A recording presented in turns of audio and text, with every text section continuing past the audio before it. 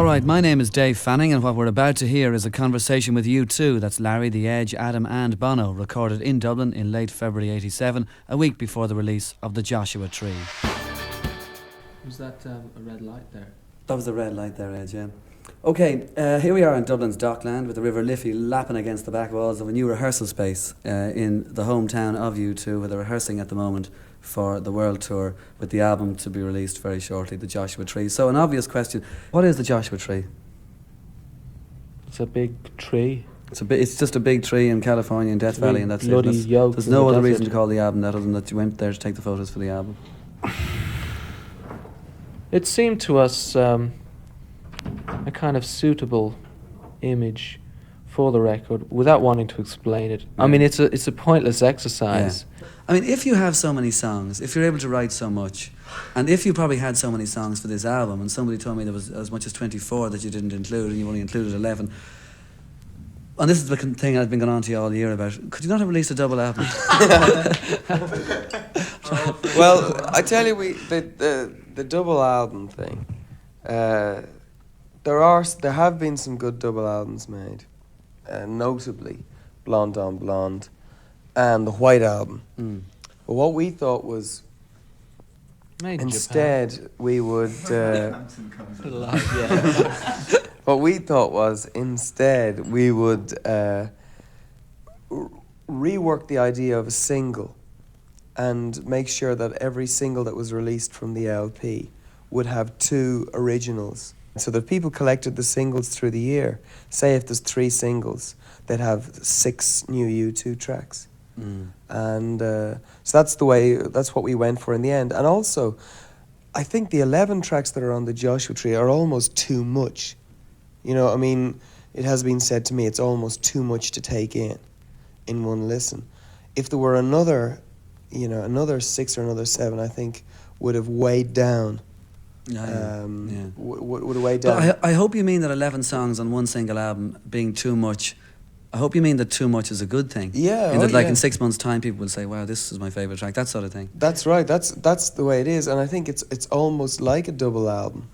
This is what, 50 minutes, 45, 50 minutes. Do you think it's fair to say that if you look at the album, I've been listening to it, say, for a week, that it's like an extension in many ways of The Unforgettable Fire, from the sort of Homecoming and Bad type tracks, in that The Unforgettable Fire was quite experimental in its sound, and this is now the same thing, except the songs are complete and the experimentation isn't as big as the actual new U2 mature sound, if you like. Yeah, I think that I used to describe The Unforgettable Fire as a record that was out of focus, and I loved it being out of focus. You know, in a world where everything is airbrushed and straight lines and billboard-like, we had a record that was beautifully out of focus and impressionistic. This record is in focus, and in that sense, it's very different from The Unforgettable Fire, and yet work that began on The Unforgettable Fire, I think, is now in a more complete, is now nearer to completion with the Joshua Tree. Especially, I think songs like A Sort of Homecoming have been replaced by a song like God's Country, for instance, and songs like Bad with a song like Where the Streets Have No Name. You mentioned in God's Country. Just take that song for the moment. What's that song? I mean, is that song about Ireland? Or you were talking about American, you think more the lyrics Edge. But is that song about Ireland? In that I think it just might be, I don't know. Well,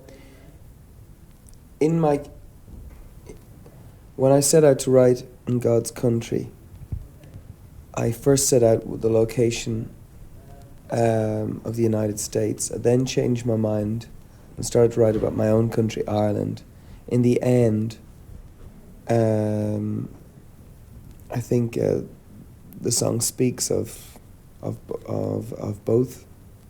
Mm. Well, in the same my way, description of the Statue of Liberty is obviously that I haven't yet seen a Statue of Liberty in Dublin, Ireland. Well, then the one song that we haven't mentioned is the one that you picked as a single. So why did you pick With or Without You as the first single? Brilliant. Would you see that as the most commercial song on the album? Presuming that you'd have to think in terms of the word commercial at some Definitely stage. it's No, not but the most it's commercial. not. No, I don't think it And is. it's That's why for I that asked. very reason that we chose. I mean, it all gets into an area that we obviously don't want to cover in the interview. Suffice to say that it was a song that we felt, of any of the songs, we would put forward as one song that maybe would be a good introduction to the LP, because we're very aware that there's no one song which sums Yeah, up the record, yeah. because they're all so diverse. If we put out Still Haven't Found What I'm Looking For, people would imagine that maybe we'd done a gospel album. Bullet the Blue Sky's kind of psychedelic blues.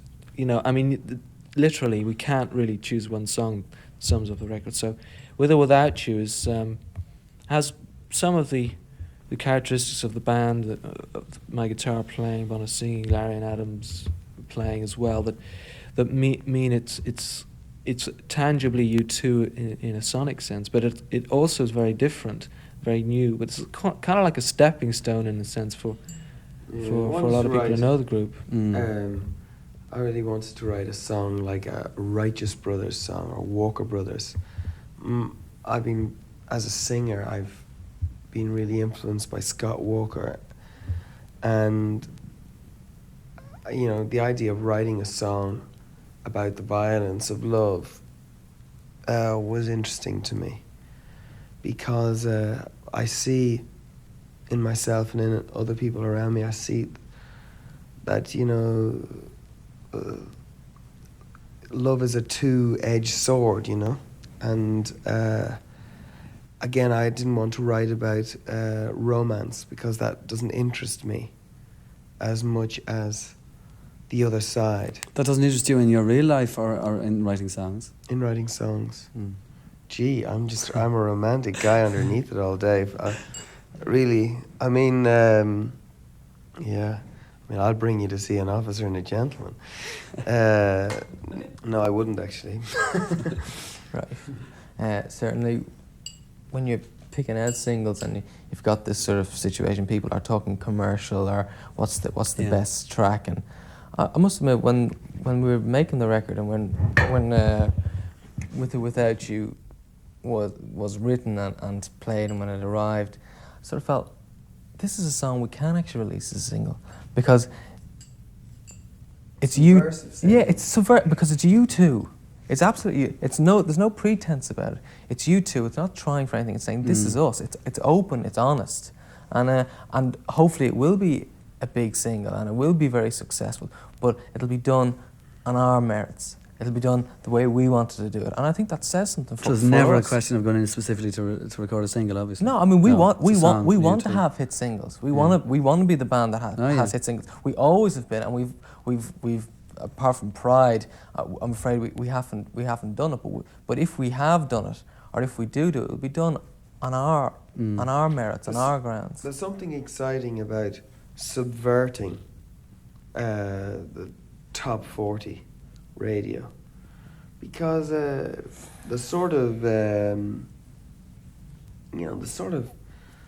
songs they play on the radio don't seem, for me, they don't have much relevance to me or to many people that I meet. I use the term wallpaper music, you know, it's background music for elevators. I like the idea of stopping that lift, you know, peeling off that wallpaper. I like the idea of a U2 song being on the radio somewhere and people listening to it in their cars, or people digging the roads and they have a radio and they're listening, or, you know, housewives listening in the kitchen to I Still Haven't Found What I'm Looking For. I don't want U2 to be an elitist thing. I mean, people say we're the biggest cult group in the world, and I like that side of U2, but people who are really into U2 don't want to keep us a secret, you know. And I would like to think that we could write songs that would cross that barrier. They would also appeal to just an ordinary working man and woman, and just, you know, just the ordinary good people that are out there. You know, that's what the thing about That's what a great 45 should do. You know, it should really capture people's imagination. And I think With or Without You is a great 45 in that sense. And that's it. There's no spiritual there's no emotional involvement in almost anything in terms of disco or charts, to me anyway, in the last few years. It's funny because Except with Aretha Franklin is in the charts. Yeah, well, I mean, sure, Jackie Wilson and whatever, reputation, When a Man Loves a Woman. That that's a music song. started from gospel. But what about the other stuff then, like that you have on the album? I mean, for instance, have you found it easier, even using third person, as I said there, Bono, earlier, to sort of show a spiritual side of you? For instance, look, I'll give you an example. The second track in side one, it's called I Still Haven't Found What I'm Looking For, and that's in the first person.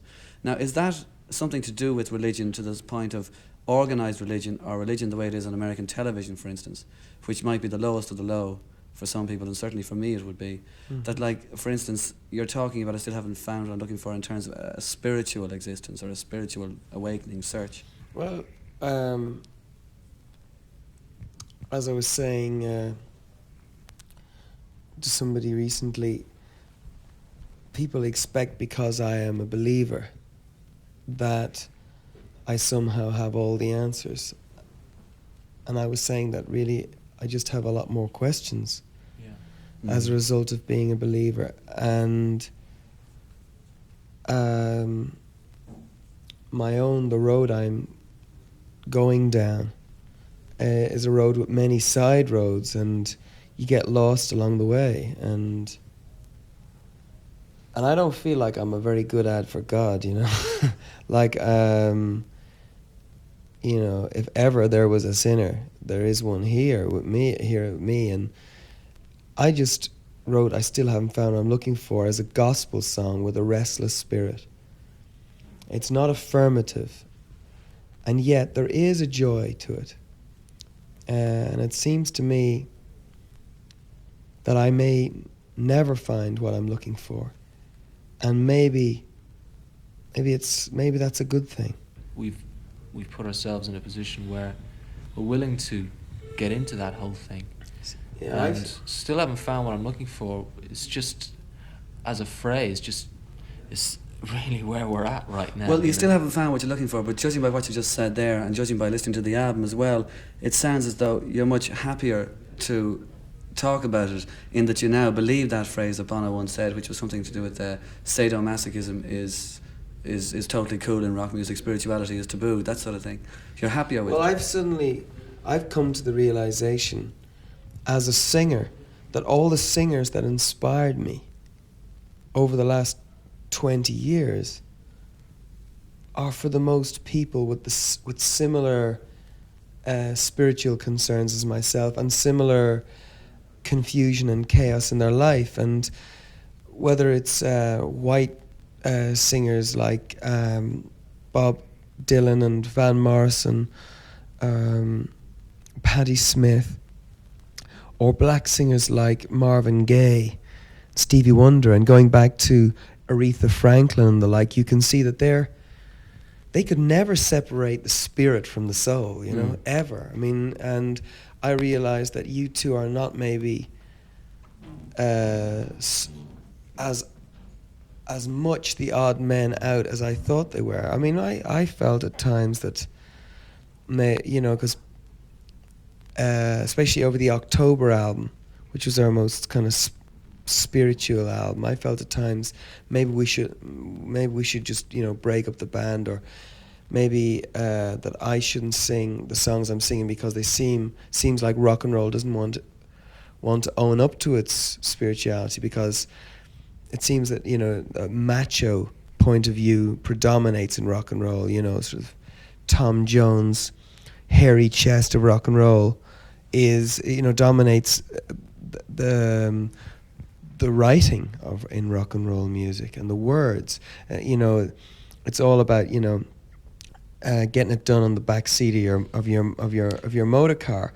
Now, I'm interested in getting it done on the back seat of my motor car as much as any man, but I ask myself the question: why won't rock and roll write about relationships in a grown-up way? It won't write about relationships, you know, when the child is born to that couple who got it together in the backseat of the car. I'm interested in that now, and I'm interested in and how they continue, to work out. And I think, Bruce Springsteen, that song, The River, it interested me because it followed through on the through and further than the usual rock and roll writing about relationships. And I feel the same way about spiritual side. I want to write. I have no rules. My writing's on 3 levels: sexual, spiritual, political, whatever. I will write things as I want to write them. So tell us about the making of that song.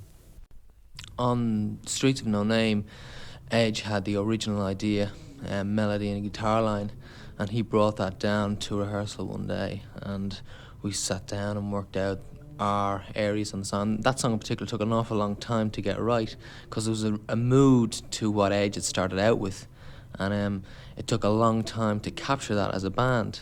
And I think on the original idea there was this sort of feeling of openness, like the idea of going down a road through a desert, and there was that sort of feel to it. It's just sort of, there was no deviation in the guitar on it. Like it's straight ahead, and even with the drums, it's very much rhythmic and straight ahead. There's no very little deviation in it. And then Bono had a list of ideas. Oh God, how do you say this? He has a list of ideas for songs, things that he reckons would fit in, and that song and his idea, were sort of born at the same time, and that's how a song like that is written. And we don't write songs easily. It takes an awful long time, and one of the reasons for that is that we're not competent musicians as such. I mean, we are in our own field, but when it comes to writing some songs, we find it very difficult. It's a real struggle, because we don't know the notes, we don't know how to use melodies, we're just learning those things. And we're lucky that a band like ourselves survived, and we're able to make records and get away with it in some ways. And I mean, I'm not saying that in a bad way, but you know what I mean? Like the idea that people who are not competent musicians can go out and write songs, and some of them are great and some of them are experimental, and we've mastered that, thankfully, and this record is the most complete. Sometimes there's a simultaneous, it's amazing, like sometimes I'll be working on writing a song, like writing words for a song, and then the band has already come up with some music, and I may be a part of the music, but I haven't realised that the words and the music are come together. I think that's what you're saying. But what do you think about The Streets of No Name? I think it's a great song. I love that song, but I don't know what it's about. I don't know, what is it? That's a very honest question. That is a very good example of a song whose mood and atmosphere almost writes the words without me, and I had spent some time in Africa. I worked there for a month, and I had no culture shock going to Ethiopia, but I had real culture shock coming back from Ethiopia.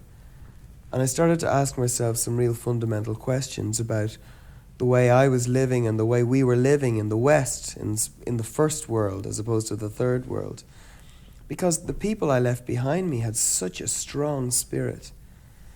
And they really shone in my memory. Whereas, I came back to the sort of big, fat, spoiled child of the West. And I started to get confused. I almost started to see our cities as deserts, as wastelands. And I wondered who, even though we weren't physically impoverished, I started to see that we're spiritually impoverished in a way that a lot of these people, God bless them, in the third world, they have nothing. They have nothing but each other. They have, they are starving, and they are at the end of the line, and yet they have a great spirit about them, a real spirit. They laugh so much. There's a lot of laughter, believe it or not, in some of the camps in Ethiopia. And when I came home and I spent some time in the city, I felt very claustrophobic, and I wanted to get outside of the city. I wanted to go back almost. to the wide open space of Africa. So I mean, and that sounds a little twisted. Maybe that maybe sounds like I've got it the wrong way around. But that's what the song was about. It's wanting to just get out there. I don't know if it's a romantic location or a spiritual location, but it's just wanting to go. Okay, Adam, first track on side 2 is Red Hill Mining Town. So tell us about the making of that song. Well, it started out as a demo that we were doing in STS earlier in the year, and as a piece of music, and it was really difficult to get a feeling for where it fitted in, because it was very kind of heavy on the beat and that sort of thing. And within the song, there was this feeling of a northern mining town that suggested a sort of approach to brass or whatever. And really and truly what we ended up with at the end of the day was making a connection with the breakup of family life in a community where there is high unemployment and general poverty, a working community which was once proud and had a spirit, which is something that we made a connection between, I suppose, what's been happening in Ireland over the last, I suppose, 10, 15 years, where there hasn't been a great growth of jobs for people or whatever, and the declining mining industry in England. And I think it was a very poignant way to set out and try and describe the emotions involved in the kind of breakup of family life, strictly through a lack of dignity from not having jobs and obviously poverty as well. I mean, like that song, for instance, it's a very emotional song. Now, you say it's about a personal relationship as seen through, say, the miners' strike in Britain. Is that what you mean? The song was inspired by the miners' strike in the UK. But I wasn't so much interested in the political aspects of the miners' strike as in the effect that miners' strike had on relationships. That, you know, you read on the news and in the papers about another factory closes down and another 1,000 people are unemployed, but you don't read about how that affects their family life. You don't read about how that affects the man as he goes home to his woman and to his children and he has no pay packet to slap on the table. You don't read about that. And so when I wrote Red Hill Mining Town, I wrote about that. You know, it says, the seam is split, the coal face cracked. The lines are long, looks like there's no turning back. Through hands of steel and a heart of stone, our Labour Day is come and gone. And you'll leave us hanging on in Red Hill Town as the lights go down. And then it goes, the glass is cut, the bottle run dry, our love runs cold in the caverns of the night. We're wounded by fear, injured in doubt. I can lose myself, you I can't live without, because you keep me holding on in Red Hill Town as the lights go down. And so I tried to paint a picture of the breakdown of a relationship, and I see so many men and women just lose their pride in themselves as a result of this new era that we're a part of. I see this as a whole new era, this new technology that's taking over. Supposedly it'll set us free, and yet I see it as if we're not careful, enslaving us, because who does it serve? Machines don't ask for pay rises. Machines work 365 days a year. They don't go on strike. And but you see, if I went on and on about that in a song as I am now, maybe many people wouldn't listen to me. So I tried to write about the human side. Just taking a different angle then on the song you've just been talking about, Neil Jordan, he's made the video for that song. Now, you two have always had a lot of people who worked with them and for them who have come from Ireland. In fact, almost everybody is. Now, do you find that there's something in that in terms of the pessimism of a lot of people in the country, in terms of the depression and the recession and all that sort of thing, that I mean, like, there is great talent here in Ireland, and that since you have the opportunity to bring that out, that therefore, you know, you're very happy to do that? Definitely, Ireland has always supplied the greatest English writers and playwrights, and Irish as well, and musicians. I mean, the number of Irish musicians relative to its population is amazing. I mean, Self-Aid was a perfect example of what an incredible variety of artists Ireland could produce. So, I mean, there's an awful lot of untapped resources here in terms of personnel. The tragedy of the situation is that most truly talented and upwardly sort of mobile, if I can use that phrase, young people in Ireland just get out. They just move to America, move to Europe, anywhere. And so it's sort of this stream of talent going away means that Ireland is kind of poor in that sense. Well, do you see it as something that can only be very good then, in terms of, say, from you two at one side right back around to a respected film director like Neil Jordan from Company of Wolves and Mona Lisa and all that sort of thing, that like it's very good for Ireland, and like the more that happens, the more that it will happen, snowball effect? Yeah, I think that's part of it. Part of it's because both Neil and the band enjoy working in Ireland, and there's good facilities here, and they're getting better all the time. So, I mean, in some ways there's a lot of hardship ahead, but I actually see the future for Ireland as pretty bright. Yeah. I wrote Mothers of the Disappeared, the words to Mothers of the Disappeared, with the experience that I'd had in Salvador in the back of my mind. And there is a group of women in Argentina who are known as the Mothers of the Disappeared, but there's also a group of women in Salvador who are known as the Mothers of the Disappeared. They were set up by Archbishop Romero before he was gunned down while saying Mass in San Salvador. And those women are an organization of women who have lost their family to the death squads in Salvador. Death squads, I must say, that are backed by America. Or should I say, backed by the Ronald Reagan regime. They were not backed by the Jimmy Carter regime. These women sat in a room and told their story to me, the stories of their sons and their daughters arriving home, their heads in shoe boxes. They showed me photographs of their daughters raped and butchered. And I had to stop. Such was my disgust and what was presented to me that I had to stop a few times from looking at these photographs. In fact, the same book of photographs is seen in Oliver Stone's film Salvador, if you see it. And the sort of rage and the anger I felt about it resulted in, quite interestingly, a very moody and atmospheric song.